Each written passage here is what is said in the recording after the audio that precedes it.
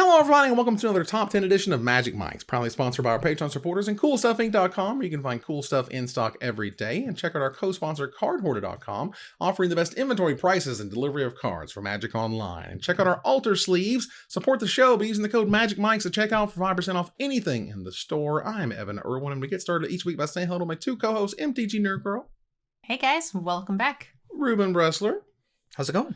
We did it. We're back in action. We had a little blip last week in our top 10 giants. Well, not that anyone would know because we had top 10 giants, exactly. We just pow in there because we are content creators. We are hitting our schedules.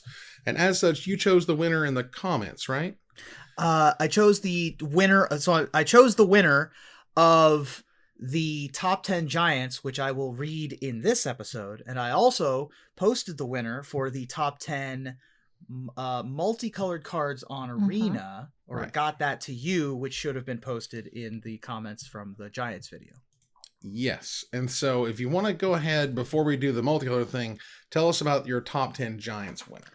Gotcha. So we got a couple good responses from this one, and there was a weird fan base of a card that, I mean, there's like 3 or 4 people that all wanted this card to win, and I chose Vegan Economist, who wrote, a giant going all the way back to Alpha that in 13 words elicited the response that MTG cards can seemingly do anything in 13 words. It's weird, it's unplayable, it's on the reserve list, the name is a pun, two-headed giant of 4 eyes.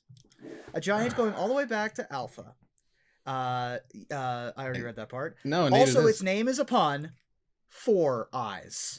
4 eyes. Two-headed giant of 4 eyes. Forests or forest or whatever you want to call it. A red and 4 generic mana for a 4/4 giant. This was a rare in Alpha.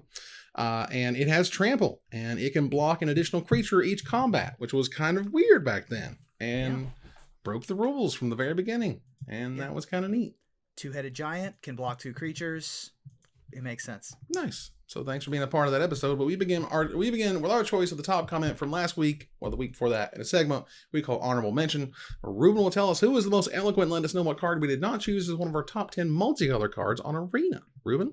So that winner, since I'm talking about all the winners apparently this time, was Swegleaps. Woo! Swegleaps wrote, when we think of the key cards in the dominant blue-green X decks of 2018 to 2020, we think of the usual suspects of Oro, Oko, Shark Typhoon, and Growth Spiral. But don't forget the creature that tied it all together in multiple matchups, Hydroid Krasis, a late-game threat that could draw cards around counterspells, stabilize against mono-red with life gain, and flample over the pesky White Weenie Flyers. It often came down to whoever had the biggest Jellyfish Hydra Beast would win the game.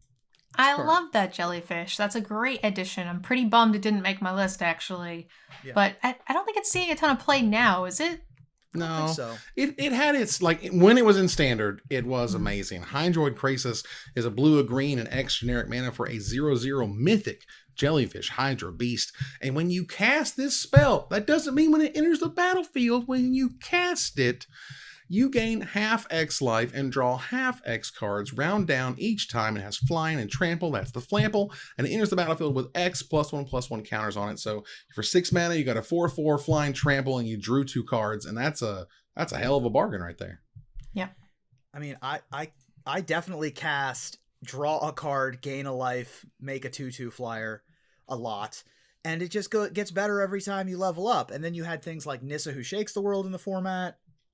You just make a million late game, and it didn't give quite it didn't give quite the what was that spell, the blue white X draw spell, Sphinx's Revelation. Sphinx's Revelation, thank you. It wasn't quite Sphinx's Revelation where you would Krasis into Krasis and the game's over. But oftentimes when you Krasis into Krasis, it was often game over. Not 100% of the time, but it was a lot. Yeah. Congratulations to anything else, Nerd Girl? I was actually going to just say that it reminded me of Sphinx's Revelation as far as how it was like very dominant in the format that it existed in Standard, very defining as it was, and then kind of slipped under the radar. And so it's sort of a card that's near and dear to a lot of people's hearts because they really enjoyed it.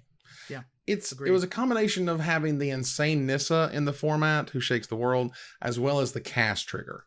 If it was in the battlefield, I think it would be different. You know, if you could counter it and they wouldn't get the cards in the life, I think it would be different. But regardless, Swag Leaps, thanks for being a part of the show. Please contact us on Twitter DM for your prize. That is the preferred method. Thanks again to CoolStuffInc.com for sponsoring this giveaway. And stay tuned for our top 10 list this week, and maybe you can win next week's free gift certificate. Because it's time to talk about our top 10 new Phyrexia cards. Originally, because I get the ability to do this. Originally, I had 7 hires. Wow. So I was like, let's go back a little. And I brought it down to 4 hires, which I think is about the max that feels acceptable. But I threw in some fun little oddballs in there that aren't on everyone's list, like my other 3 options were. Crazy. So that's how we get started with our number 10 here. Ruben, what's number 10? I can't believe you had 7 hires and my number 10 wasn't higher on anybody else's list. I've had this discussion with Evan a number of times about Cube, which is where does Vidalcan Shackles go in your blue cards or does it go in your artifacts? And we have a similar discussion about this card, because this card, it's a red card.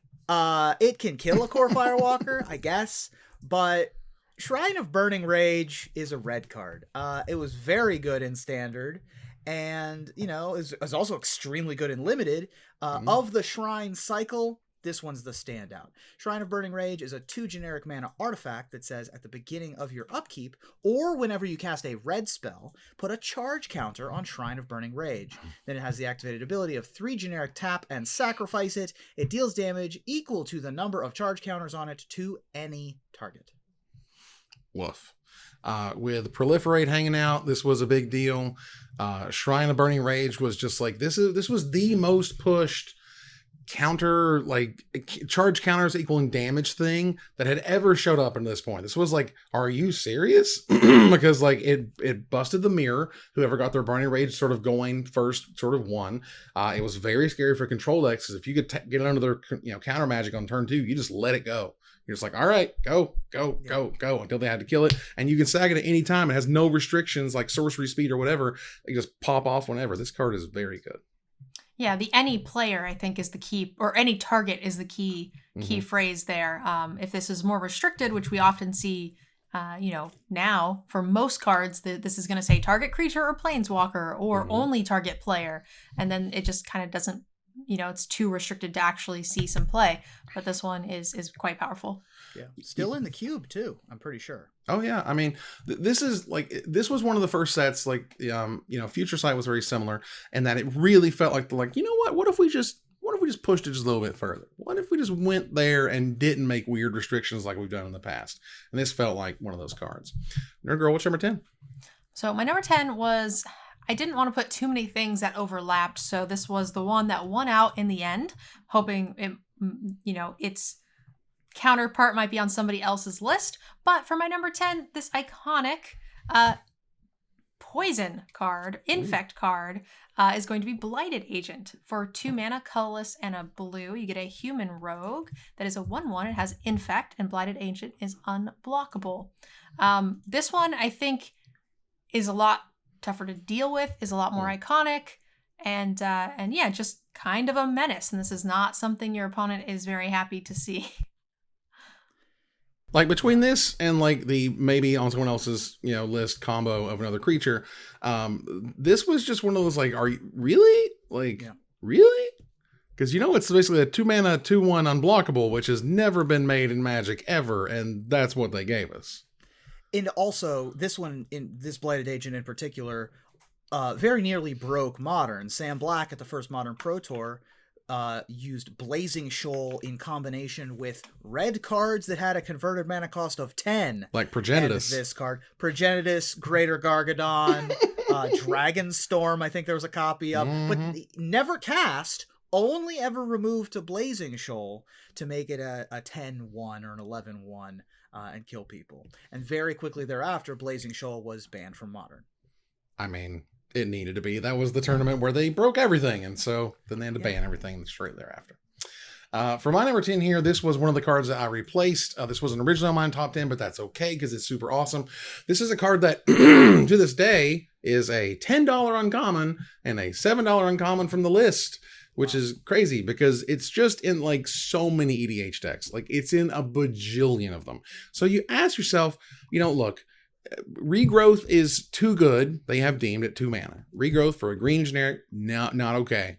Regrowth for 3 mana, okay. They'll even stick it to a land. It's so okay. And from Zendikar.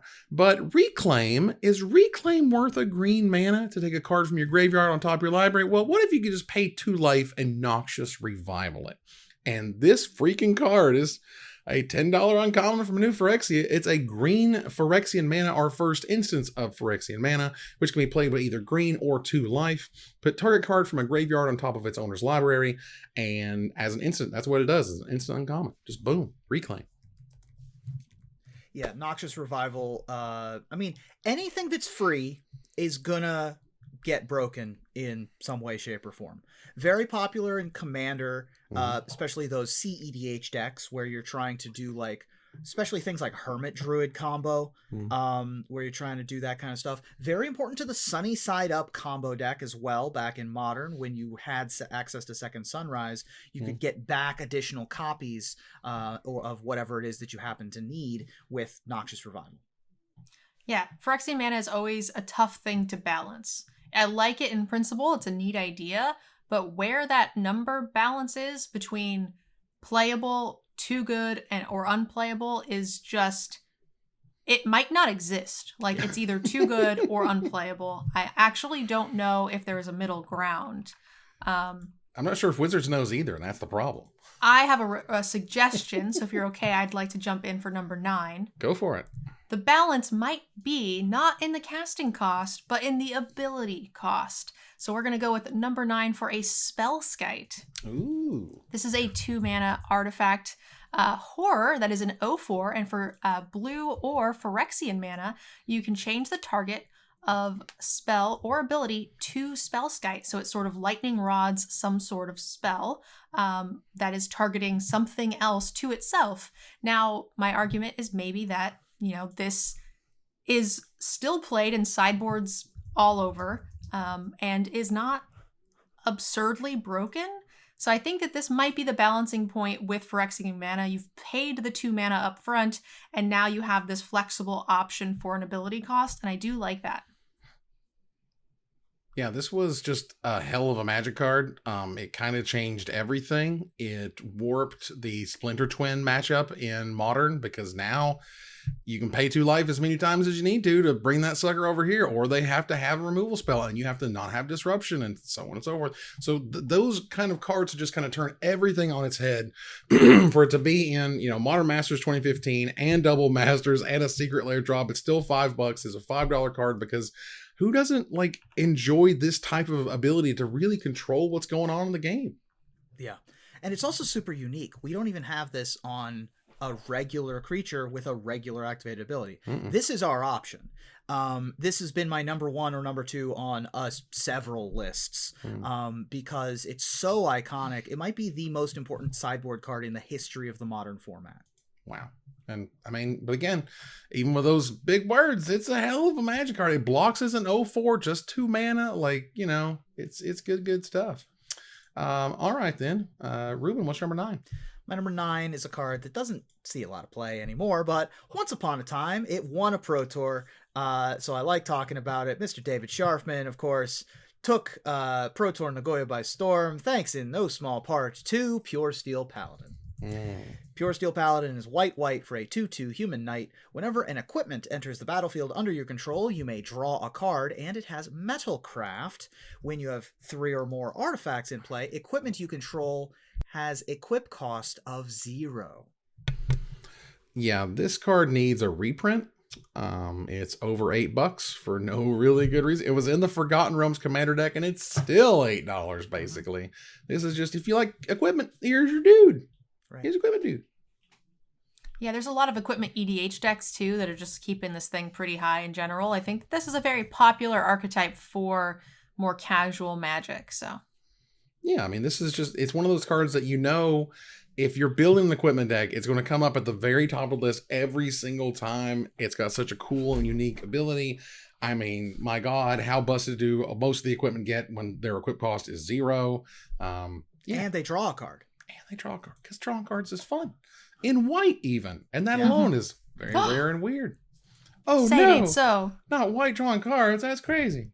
Well, another card I didn't originally have on my list, but I still love this card. And I love the power of this card. This is one of those cards that, like, you read it and you're like, oh, let's see. And you read it and you go, whoa, whoa, whoa. That's a power level that we are not comfortable with. We have seen, well, at that point, they showed us the mocks, right? They're like, the Metalcraft mocks, y'all, it's going to be cray-cray. And you're like, okay, but there's this little white uncommon called Dispatch. And have you read that thing? Because if you have Metalcraft, it's the best Swords of Plowshares of all time. It's 1 white mana for an uncommon instant that says tap target creature, but it has Metalcraft. If you control 3 or more artifacts, you exile that creature. Instant speed, 1 white mana. Yeah, very good. I mean, it is perfectly tailored for a specific kind of deck. That Pure Steel Paladin deck, for example, used Dispatch to good effect. Yeah. And it's kind of bad outside of that. So it was really interesting in draft if you could get like a 7th pick Dispatch, which honestly happened a lot. Right. Because, if you're drafting white, you're not necessarily drafting Metalcraft in that format. Yeah, so I had a fantastic time with Dispatch. And again, this is one of those cards that you would get late because if you didn't have the Metalcraft, it's just bad. Like, it doesn't do anything. It's not good. But when you got it, you got it. It was an underdrafted archetype, that's for sure. Yeah. Yes. Let's go here to number 8. Nerd Girl, what's number 8? My 1 of 3 hires. All right. Very exciting. Let's go ahead and copy that right there. Ruben, what's number 8? My number 8 is another of, we're going to talk about a lot of cards that have Phyrexian mana. This is another one that, like, kind of was fair, and had an interesting push and pull to it, and to this day sees play, because it's a very good thing to put +1/+1 counters on from your Arcbound Ravagers and whatnot. My number 8 is Vault Scourge. Ooh. Vault Scourge is a generic and a black Phyrexian mana, either 2 life or a black mana. And it is a 1/1 with flying and lifelink, and it is a Phyrexian imp these days. And it was very good in a Tempered Steel deck in Standard because, pay 2 life, get a 1/1 flying lifelink artifact creature that later could gain you back all that life. And oh, by the way, in Modern or in any of those sort of affinity-like decks, this thing picks up equipment and cranial platings and +1/+1 counters like a boss. Yeah, this card is totally sweet. It's still in Historic right now. Sorry, my voice is bad. But Vault Scourge is still rocking around in Historic right now. And I still play it in some of those cool, sweet, Ingenious, was Ingenious something or other. What's that girl? The 2-mana white creature. She looks at the top 4. She gets an artifact. Yeah. Ingenious Smith. Metalsmith or something. Oh, yeah. You know what I'm talking about? 1/1 for 2 mana. Mm-hmm. Yeah. So, and she gets a counter, for they play an artifact and stuff. That card is terrific in that deck. And Vault Scourge is always great just because, again, that lifelink and that evasion is just perfect. Its most popular format right now is actually Pauper. It's very good in the green Stompy deck. Yeah. People underestimate little flyers that can just get in there. And sometimes you have to use removal that's entirely too large and you don't want to. But those things can kind of sneak in. Oh, my dorky little 1/1 that just won't stop. Mm-hmm. So for my number 8 here, this is a crowd favorite. This is one of those, like, I'm both surprised, but not that surprised it's not on anyone else's list. There's some amazing cards in this set. This is one of my favorites. This is a card that has been fantastic from the moment it saw print. This is a card that is exciting. This was one of the most exciting rares in the set that existed. One of the sweetest cards you could pull. One of the best cards in Sealed. One of the greatest cards in Draft if you can get to 7 mana, because who in the hell is beating a Sholdred Whispering One? I don't know, because you ain't beating it in Sealed, I'll tell you that. Sholdred is 2 black and 5 generic mana for a 6/6 mythic legendary Praetor, the first of many I'm sure we're going to talk about. It has Swamp Walk. My God, Swamp Walk, everybody. This creature can't be blocked as long as the defending player controls the swamp. It's been a minute since we've seen that. At the beginning of your upkeep, return target creature card from your graveyard to the battlefield. At the beginning of each opponent's upkeep, that player sacrifices a creature.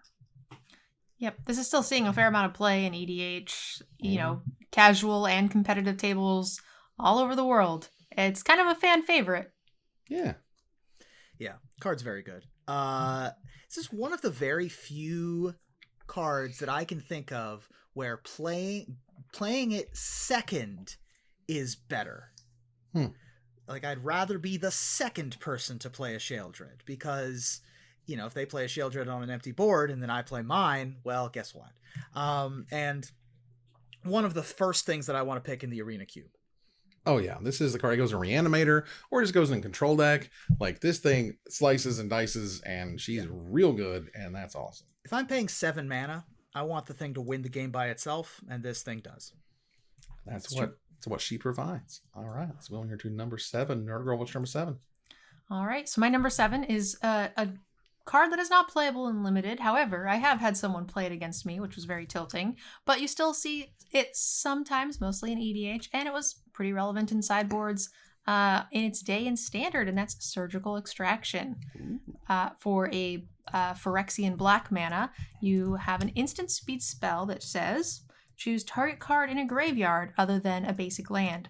Search its owner's graveyard, hand, library for any number of the cards with the same name. Exile them. Then that player shuffles their library. So, I had a person in a draft pass me a whole bunch of a card. I ended up with 5 of a thing that was very good.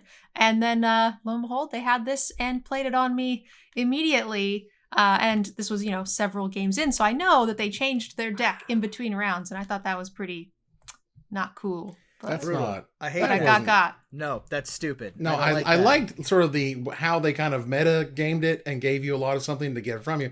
Changing decks between rounds, that's not cool. Yeah, not cool. Yeah, they said that they ran the Surgical Extraction in all their games. They just never drew it, which I don't really believe, because that's pretty bad. Come on. It's a very bad card in Limited. It's terrible in Limited. It's trash in Limited. This is bad in Limited. My first experience with Surgical Extraction was we never really had this effect at all until the card Extirpate from Planar Chaos, Right. which was this, except for that it had Split Second, and it was a black mana instead of a Phyrexian mana, Right. which means you couldn't respond to it. And so people had it in their mind that this was an effect that couldn't be responded to. Mm-hmm. And I remember getting somebody real good when I was playing lands in Legacy, and they targeted my Life from the Loam with Surgical Extraction, and I just cycled a land in response. And they're like, who? And they're like, wait a second, hold on. I thought, oh, right, I don't have Split Second. Darn. Yeah, and this is a card that, like, the only reason this thing is like $18 right now is because it's been not that great in the metagame as I understand it. And if it goes back in playability, this is going to shoot through the moon. It hasn't seen a reprint since Modern Masters 2015. Yeah. It needs one. This card is a trap a lot of the time, though, because people will sideboard between games and they always think Surgical Extraction will be relevant. And that's just not the case. They'll be like, wow, my opponent had 4 of a card, so I need Surgical Extraction. And it's pretty unfortunate when you bring it in the wrong matchup. And also just like sort of expecting that your target is going to be in the graveyard when you want it to be. Like, if you're like trying to get one of their threats and it's on the board, you'll just die looking at your Surgical Extractions sitting there in your hand. Ruben, what's your number 7? My number 7 is an extremely good card in every format, Limited through Legacy. It's just great. 10 out of 10, I have no notes. And it is so good that they even color shifted it. And its color shifted version is also 10 out of 10, I have no notes. And that is Beast Within. Nice. Beast Within is 2 generic and a green for an instant that says destroy target permanent, period. Its controller makes a 3/3 green beast creature token. This and its white version, Generous Gift, which makes a white elephant gift. They're just both spectacular. Giving your opponent a 3/3, oftentimes irrelevant, or irrelevant. Nope, hold on. I tried. Ruben. Anyway, but yeah, the Beast Within, the flavor of this card is also amazing. It's been reprinted a dozen times. It's still $1 and at uncommon because it goes great in everything. Yeah, I like too that like when you play cards like this, they require a little bit of finesse because you are giving your opponent a thing. So sometimes you don't want to use them too crazy because it's still a problem, or sometimes your opponent, like you said, it's often irrelevant, which isn't super big, but if you're too far behind, it's not great. Yeah, there's very magical numbers when it comes to the world of Magic, particularly whether it's a 2/2 or it's a 3/3. Like it's hard to describe exactly in 2011 like how mind blowing this card was to let green destroy a permanent. This hasn't happened since like Desert Twister or something ridiculous, and you're like, but they get a 3/3, and all of a sudden there was this like value exchange that no one really properly understood, and you're like, but I can kill like their land and their planeswalkers and anything. You're like, yeah, but then you give them a huge threat that doesn't sound so huge until it's beating you to death because you accidentally forgot to stop it, and then you die. Right. Or end of turn, if you have too many lands in play, you can flash in a 3/3 to attack the planeswalker. Yeah, beast within your own stuff. Like that again was another like sort of like mind blowing. Like, wait a minute, I can do what? Like after they pacifism my guy or whatever. Yep. It's like, yep, that's exactly what you can do. This card is great. For my number 7, this was my last replacement, and then I have 4 hires. Won't see y'all till number 2.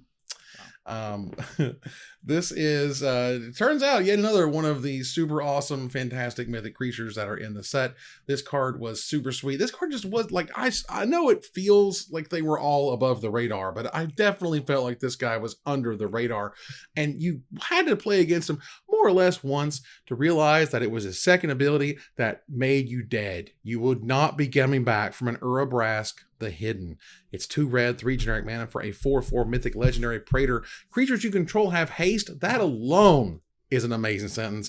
And creatures your opponents control enter the battlefield tapped. Oh my god. You're like, I've got the perfect blocker and I'm going to die anyway because all of their creatures have haste, and you have a 4/4 that makes all my creatures suck. Card's it's a good way for aggressive decks too to just keep their foot on the gas and stop your opponent from getting destabilized. Yeah, one of the best 5-drop, like top of the curve red deck cards just ever. This was before we really got into Dragon time, when red decks were like, we're gonna play 5-drops with haste, right? This was before we got Goldspan Dragon or Glory for Stormbreath. Stormbreath. Like we were not used, even things that hit hard on the ground. We didn't even like Thundermaw Hellkite. I'm not even sure it was out right. at this point. That was probably the first one. That was the first. This was before that. Yeah. I mean, when we were like, our mono red decks of 1-drops are also going to play dragons. It's unfortunate that Urbrask didn't really get its day in the sun because it's extremely powerful. It ended up getting cut from the Magic Online cube, and it's one of the things that I miss the most from that cube because it was like the perfect thing to pair with your Tooth and Nail and your Eldrazi that has Annihilator of 1,000,000 or your combo, or it was a great way to win the game the turn you played. Yeah, this is a card who's like, as a 5-mana 4/4, does not jump out at you as like, oh my god, this thing's incredible. But it takes one. It took me one time to go, oh, that card does what? And yeah, instant respect forever. All right, let's move here to number 6 again. I'll see you guys on number 2. Ruben, what's number 6? I will say that if the most recent sets of Vorinclex and Jin Gataxias are any hint, Urbrask will be on the horizon at some point in the near to distant future. But I have another card I have another creature that comes with a discount if you pay 2 life for it, and it didn't really see like a ton of constructed play, but where it found its home actually was in the cube. It was kind of shocking to see just how good, I mean, it was fine in like Tempered Steel, but in the cube, Porcelain Legionnaire just kills so many people all the time, and it's wild. Porcelain Legionnaire is 2 generic and a white Phyrexian mana, either a white mana or Phyrexian, for a 3/1 with First Strike. A 2 mana 3/1 First Striker, I don't mind paying 2 life for that. No, even at 3 mana, that's fine. In formats where they have like 1 damage spells, it's a little bit, more up in the air, but I mean, that's a great rate for sure. Yeah, this is the type of card that can exist because Gutshot is a card that exists in the set. Like, you need little tiny pingers to make sure that the 1 toughness creatures aren't just absolute bananas. Like, the fact that this is a common, for example, like, if this were an uncommon, I could imagine there wouldn't be that many ways to deal with it. But at common, there was also many common ways to deal that 1 single damage because Lord knows, on rate, 2 mana, pay 2 life, 3/1 first striker, like all day in the sun. Like, you know, like red decks were thinking about running this thing. All my aggro decks in the cube are running this thing. It's 3/1 first strike, man. That's another card I want in the cube is Gut Shot. Yeah, card's great. Nerd Girl, what's number 6? All right. So my number 6 is kind of iconic. I think, you know, we have all these big scary things. We have a lot of cards that people like to think of, but like when it's all said and done, the card that gets some of the most clout in this set is Dismember. Mm-hmm. Yeah. Wait, which member? Huh? Dismember. Which member? This one? Dismember? Okay, I'm sorry. I was making stupid. We didn't do that joke for Dispatch. Which I would have happily played along. I think the joke is before my time. I'm a little behind. I was just trying to be silly. Anyway, go ahead. So Dismember is colorless, and then 2 black or 2 Phyrexia, one of the, 1 and 1, whatever you like. And it says target creature gets -5/-5 until end of turn. This has always been like a very expensive uncommon. It's been reprinted a bunch. This is kind of format defining. Oh yeah. Absolutely. I mean, this was just the monster of the format in terms of, does it have more than 5 toughness? Because Dismember is going to kill it every time. Will they, trade 1 mana and 4 life for it? Probably. Is the Time Spiral Remastered foil version $42? Yes. Because that's the world we live in. Yeah. This card is sick, though. This card's great. I mean, one of the main reasons why Urbrask saw no play. And Phyrexian Obliterator, for that matter, and why things like Elish Norn and Shale Dread did see play, and Vorinclex, for that matter, was because they could pass the Dismember test. Every deck can run Dismember. If you're an aggro deck, if you're a mono-red aggro deck, you're running at least 2 copies of Dismember, probably in your main deck, to get past 4 4s for 4, and, anything that happens to be carrying a sword, right? Things like that. If it weren't for the Titans, this would have just completely ran the format. But luckily the Titans did get up and over, which was great. Let's move on here to number 5. Ruben, what's number 5? Speaking of swords, okay. This is a sword. There's not much else to say. I mean, here we are. It's the sword. It's also the most aggressive sword. The best racing sword. A lot of swords, they give you some effects. Like you can draw a card, it makes your opponent discard a card. It returns a creature, it gains you maybe a couple life. But Sword of War and Peace deals 1,000,000 damage and it gains you 1,000,000 life. Sword of War and Peace is 3 generic mana and it equips for 2, and the equipped creature gets +2/+2 and has protection from red and white, which are 2 of the premier removal spell colors. Whenever equipped creature deals combat damage to a player, Sword of War and Peace deals damage to that player equal to the number of cards in their hand, and then you gain 1 life for each card in your hand. In particular, paired alongside Squadron Hawk, which was an evasive flyer that allowed you to attack in the air, and put 3 other copies of Squadron Hawk into your hand, Sword of War and Peace was a menace in Cawblade and beyond. Let's see, 7, 8. So they have not done 2 of the swords. Am I correct in that? So they've done all of the enemy color pairs at this point. They've done all of the enemy, and they're starting to do They did red-black. They did white-green. And white-green. So we are missing red-green. Red-green, white-blue, and blue-black. Yep. And it's funny because, Wizards knows these are above rate. They should not be, play for 3, equip for 2, give +2/+2 and protection from both, and have someone they realize sort of in hindsight, but also that's what makes them amazing is because how sick they are compared to every other equipment like it. Yeah, I think these things are always very interesting in the cube. Equipment is not something we often play because they're so typically below rate, especially in limited. So to have something like this that is just an absolute bomb, and they're so loved in EDH and things like that. You just want to run all of them. You don't care. They're great. They just make people happy. They're great. Let me the Double Master special version of Sword of Fire and Ice.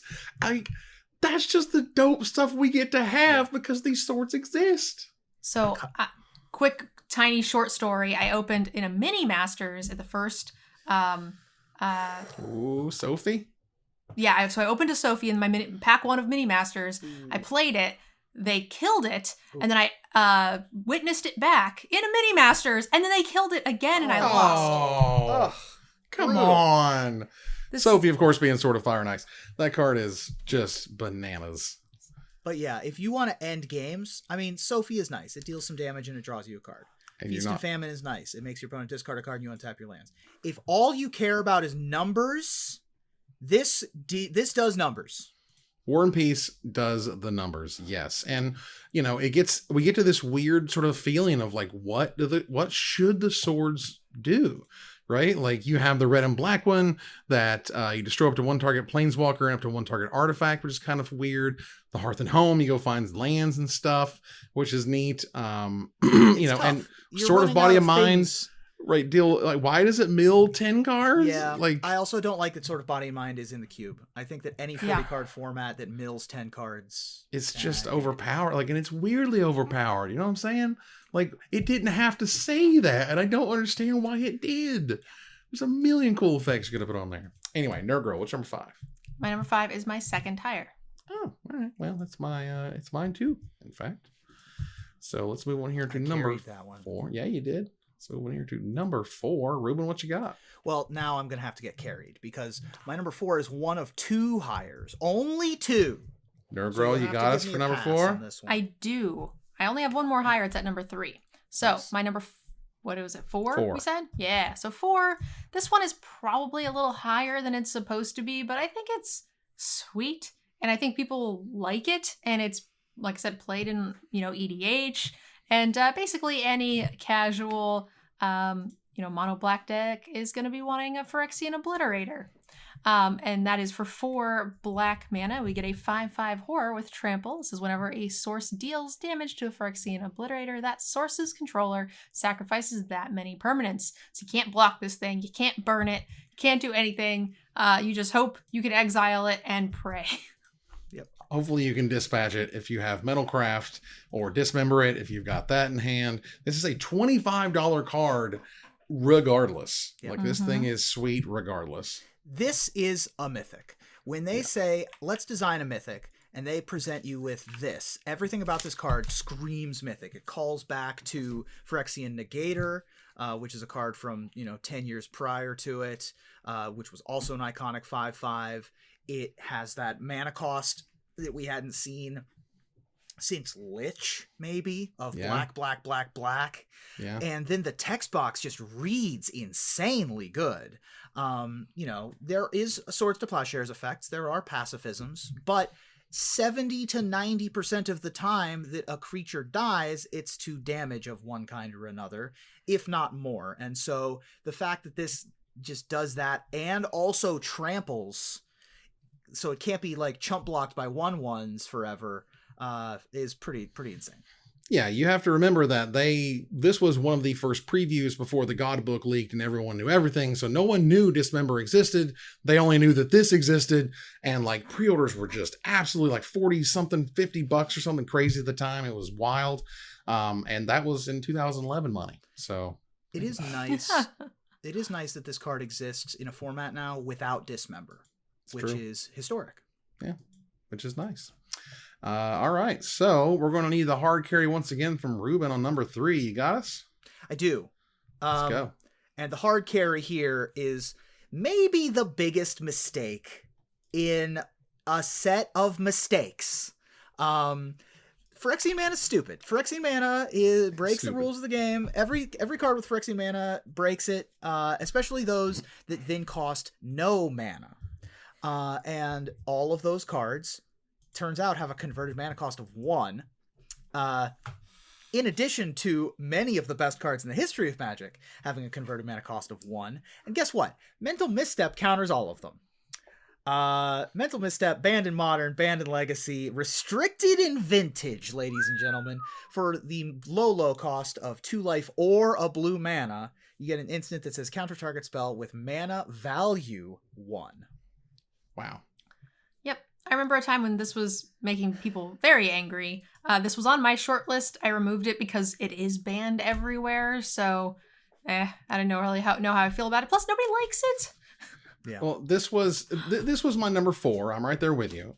This is a giant mistake. This is ridiculous. This is one of those cards that, like, I feel like they knew it was going to be a problem, likely, but they also, you know, Wizards does this thing, and they were certainly at the time very much into this thing where they're like, we're going to give you something that kind of looks busted. You got to prove it. And sometimes you couldn't prove it. You'd find these cards and they just wouldn't work or whatever. But this one, when the Goblins deck started playing for this, I knew it was over. Like, when you're that far gone, something's warped all to hell. And this is a good example of it. Yeah. My first Star City Games Open top 8 was in Mental Misstep Legacy, which was one of the wildest, weirdest formats I've ever played. Go back and look at some of those deck lists, because it was all decks that didn't necessarily depend on 1-drops. And you don't look at formats that, I mean, Delver just wasn't really it was a thing. It just wasn't the super powerhouse. No Rug was a huge power. Manaless Dredge was popular. Like, it was a wild time. It was a ride. And it was absolutely not surprising at all when it was banned. Like, there was not one person who was like, I didn't see that coming. Everyone was just like, thank God. Thank you. We appreciate it. Let's go. All right. So for my number 2, because I get to contribute now 4 numbers later, this is one of my favorite cards from the set. This is a super cool set. It's very rad. I like this card a lot. This card was like just cool and fun. It was powerful. It wasn't that powerful, but it was neat. It was fun. It was all right. And then Wizards decided to make this card called Stoneforge Mystic, and suddenly Batterskull went from cool to just busted, because it was the best thing you could find and sneak into play for 5 generic mana. It's a mythic artifact equipment with living weapon. When this equipment enters the battlefield, you make a 0/0 black germ creature token, then attach it to it. Equipped creature gets +4/+4 and has vigilance and lifelink. For 3 generic mana, God, I don't know why this exists on here. For 3 generic mana, you return Batterskull to its owner's hand, and you can equip it for 5 generic mana. Card's stupid. It's my number 3. Nice. This is a very, very popular card. They made it a GP promo for like a whole cycle, and that was really awesome. It's been reprinted. It's got promo versions everywhere, and it's still a money card, if I'm not mistaken. Yeah, absolutely. Still worth good money. Stoneforge Mystic was already a terror. It was already a powerhouse, and then Batterskull came along. And people were just like, it was the other way around, right? I thought it was like people were searching up swords and stuff, and people had realized, oh right, this is just insane with like Jace and like other shuffle effects. Because they were expecting Stoneforge Mystic to be played alongside 4 of copies of aggressive artifact, not 1 Batterskull in your blue-white control deck. Which has ended up being what happened. And then being able to like reset it on defense when you had enough mana of like pay 3, return it to your hand, put it back down with Stoneforge Mystic was absolutely bonkers. And oh, by the way, doesn't need Stoneforge Mystic. This card sees play in Blue Moon decks as kind of their finisher. It's just an absolute powerhouse. Putting the timeline back in the right order, having this show up when Sword of Feast and Famine was already won a Pro Tour, already seen as one of the greatest swords of all time. When this showed up, it was very similar to when Cranial Plating showed up in 5th Dawn, where you're like, are you for real? Like, that deck needed more tools and pieces, and you're like, did you just? And again, it was just like, it's fun, right? And you're like, also, I guess. Of note, the germ is now a Phyrexian germ. Nice. Oh, A black I did not know Phyrexian that. germ. Well, just like one of the things I was going to note on Mental Misstep is there is no printed version. Hell, there's no version at all that says mana value on it, except Magic Online, I guess. Interesting. Yeah, isn't that neat? It's like a $4.50 card, because how are they going to reprint it? Yeah. Who really wants it? A $74 foil. Are you okay? For Mental Misstep? For Mental Misstep. That's going to just break my That's heart. funny. That's insane. Ruben, what's number 2? My number 2 is the last higher on someone else's Ooh, list. Very nice. All right. Nerd Girl, what's number 2? All right, so my number 2 is a card that still sees a ton of play. It's mostly, I think, in one deck, but this is just a sweet card for that very specific deck, and it's a pain in my butt, so I don't really like it very much. But here we go: 7 mana for Karn Liberated. 7 colorless is not that much of a problem when you've got Tron lands in the format. So we're going to go ahead and talk about this 6 loyalty planeswalker that says for +4, target player exiles a card from his or her hand. For -3, you could do this twice, exile any permanent on the board. And for -14, you can restart the game, leaving in exile all non-aura permanent cards exiled with Karn liberated. Then put those cards onto the battlefield under your control. Which it comes in with 6. It gets +4 for each activation. That's not really hard to do. And yeah, Tron lands and crazy stuff. And here we go. Have a Karn. I mean, this was my number 5. This card is not fair. Like, even weirdly remotely, this was asking a question. Could you make an all colorless planeswalker? That, like, Ugin hadn't existed yet. This was like their first go at it. They wanted to be big and flashy and cool. It was a big part of the story, which was also really sweet. And they definitely tied into the Tron lands. That was not a mistake. And going from 6 loyalty to 10 is unbelievably powerful, honestly. And yeah, I mean, he did a lot of what they wanted him to do. He's a $25+ card, no matter where you find him, for a reason. Yeah. I think that Karn is an eminently fair card. I think 7 mana is a fair price for Karn. The problem is that Cloudpost and Urza lands exist. Turn 3. Turn 3 is unfair. Turn 3 is Urza's unfair. Tower is unfair. Yes. That's my argument on that front. And you're right. Urza created Karn, the Silver Golem. The fact that this costs 7 and comes out with the Urza lands is a very flavorful thing, but come on. Especially with Expedition Map, recently unbanned. So you well, get like that, in that Pauper. Tron, in Pauper. Listen, you take your wins where you can get Just them. saying. But also we've got Boseiju who endures now to be able to take out Tron lands. So I don't think that this will be the menace that nearly it was. Very good. All right, let's move here to our number 1 entry. Ruben, what's your number 1? Well, my number 1 is apparently neither. So I have my number 2 and my number 4 left, which are your number 1s. Does anyone else have any hires? I have a higher left beyond that, yes. Which must be your number 1 or her number 1. I have 1 higher left. All right, we'll see if I got anybody else's, because this one's a very it sneaks up on you. I feel like people would see this card when it was printed and be like, that card's fine, but they aren't going to say this card one day will be banned in Modern, banned in Legacy, banned in Pauper, restricted in Vintage. Because, as good as Peak is, I don't think that people necessarily saw Gataxian Probe coming. There we go. Okay, so we did have everybody there. Gataxian Probe, Yep. Gataxian Probe is one of these free spells again. Either a blue mana or 2 life. Look at target player's hand, draw a card. What were they thinking? Honest to God. It sounds so innocent, but it's free. Yeah. Stop doing free things. Why would you have free drawing of a card? Right, gain perfect information and draw a card for 2 life. Like, I can't. Even living through it, even when it was legal, you were like, why are you letting this happen? Do you understand why the game is warped when they have it and the other person doesn't have it? Like, oh, can I see your hand? Okay, you're good. All right, combo off. Like, that happened all the time.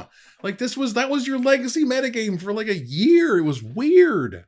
Or not even combo off, just like know what counter spells and removal your opponent had. Like, main phase Snapcaster Mage, look at your hand, just plan out the rest of my game. Who wants to force a Gataxian Probe, right? Nobody. It's bad. It was rough. But it was my number 4, and Urgraw, your number 8? 8. Very nice. And again, this is just one of those cards that it helps define the set, but sort of in a bad way. I mean, it's still a $2 common, and it's $10 Friday Night Magic version, because I'll be damned if that card is not stupidly crazy good. Nerdgirl, what's number 1? My number 1 is one of my favorite cards.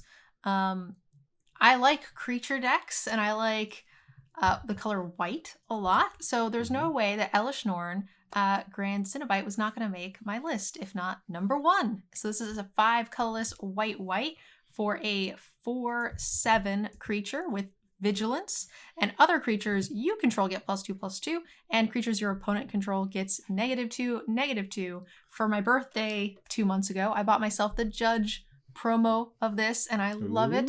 That was my special thing. I've always wanted that card, and Nice. it's so great. That's fantastic. Card's insane. It is this. All of the Praetors are unbelievably good. This is the best Praetor.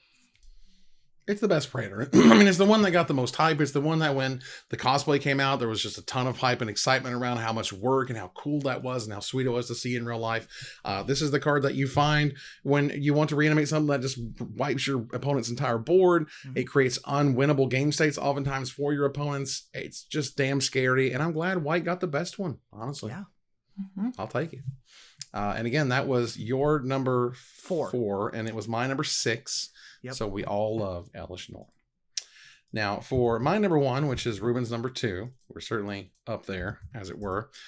This is a card that is not fair. This is a card that is so inherently not fair that looking back on it, like you feel bad, like how bad they had no idea. Like, did you really not think you were going to keep making better and better creatures? And did you really not think that those wouldn't go along a certain curve and be more powerful as the game goes on, to the point where they kind of were just like, threw up their hands like, you know what? We're sorry. Birthing Pod is busted, and Birthing Pod is insane. And what were we thinking? We're not sure. But it's 3 generic mana and a green Phyrexian mana, and you can use a generic and a green Phyrexian mana, tap, sacrifice a creature, search your library for a creature card with mana value equal to 1 plus the sacrificed creature's mana value. Put that card onto the battlefield, then shuffle, activate only as a sorcery. Think of Pyre of Heroes, but anything. And damn, this or card Neoform every turn. Oof. It My was number a lot. 5. Very nice. Yeah. Yeah, it was bananas. Just bananas. It snuck under the radar in terms of tournament finishes for a while because it kept coming in second. Mm-hmm. Like every major tournament, a Birthing Pod deck would come in second. Mm-hmm. And other stuff would win. So people were like, oh, Twin won. So maybe Twin's the best. Ad Nauseam won. Maybe Ad Nauseam should get a banned card. Tron won. Tron needs something banned. And then Birthing Pod just always got second. And then also had 3 decks in the top 8. And people were just like, oh, don't mind us. We're just generating some value. You know, we're just over here putting counters on our creatures with Gavany Consistent Township. showing. Right. Don't worry about us. We're just doing our thing over here. And then eventually it was like, all right, this is a bit too much. I mean, how far can you go with creatures? This is the card that asked that question. Here's my question. Could they print a complete and utter reprint of Birthing Pod where instead of Phyrexian mana, it was just green mana pips? If it was a 4 mana artifact that activated for a colorless and a green, could they just reprint that card? Maybe. Like, at least then it sounds fair.